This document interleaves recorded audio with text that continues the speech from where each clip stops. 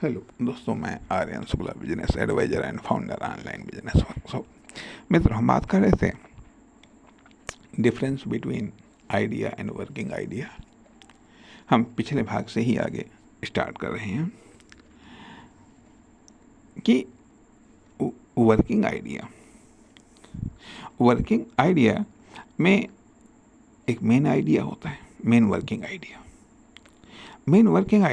अब main working idea की help करने के लिए, ये सपोर्ट देने के लिए हेल्पिंग वर्किंग आइडिया होती है। और हेल्पिंग वर्किंग आइडिया से भी जब कोई कार्य कंप्लीट नहीं हो पाता है तो उसको कंप्लीट करने के लिए कंप्लीमेंट वर्किंग आइडिया की आवश्यकता पड़ती है। अब या फिर मतलब ये भी हो सकता है आइडिया, मतलब वर्किंग आइडिया एडमिनिस्ट्रेशन, वो भी हो सकता है। खैर, मान लिया आपने दुकान खोला, ठीक है, दुकान को ओपन किया। अर्थात दुकान खोलना अपने आप में एक कार्य है। दुकान खोलना कि हम दुकान खोलेंगे, ये अपने आप में वर्किंग आइडिया, क्योंकि इसको आपने इम्प्लीमेंट किया हुआ है, ठीक है। अब ये मेन वर्किंग आइडिया के लिए तमाम सारी हेल्पिंग वर्किंग आइडिया चाहिए। कहाँ खोलना, कब खोलना, कैसे खोलना, क्या क्या सामान रखना है। अब जो भी कार्य है, अर्थात प्रत्येक कार्य या क्रिया पहले आइडिया के रूप में ही होता है, फिर वह वर्किंग आइडिया बनता है।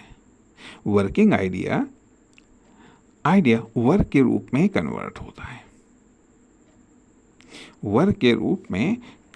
होता है।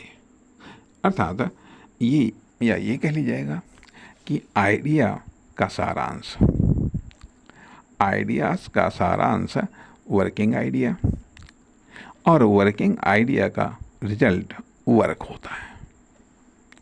वर्किंग आइडिया का रिजल्ट वर्क होता है इस प्रकार से मेन वर्किंग आइडिया से मेन वर्क जन्म लेता है, और फिर हेल्पिंग वर्किंग आइडिया से मेन वर्क विस्तार को प्राप्त करता है, और फिर कंप्लीमेंट वर्किंग आइडिया से वह मेन वर्किंग आइडिया अपनी पूर्णता को प्राप्त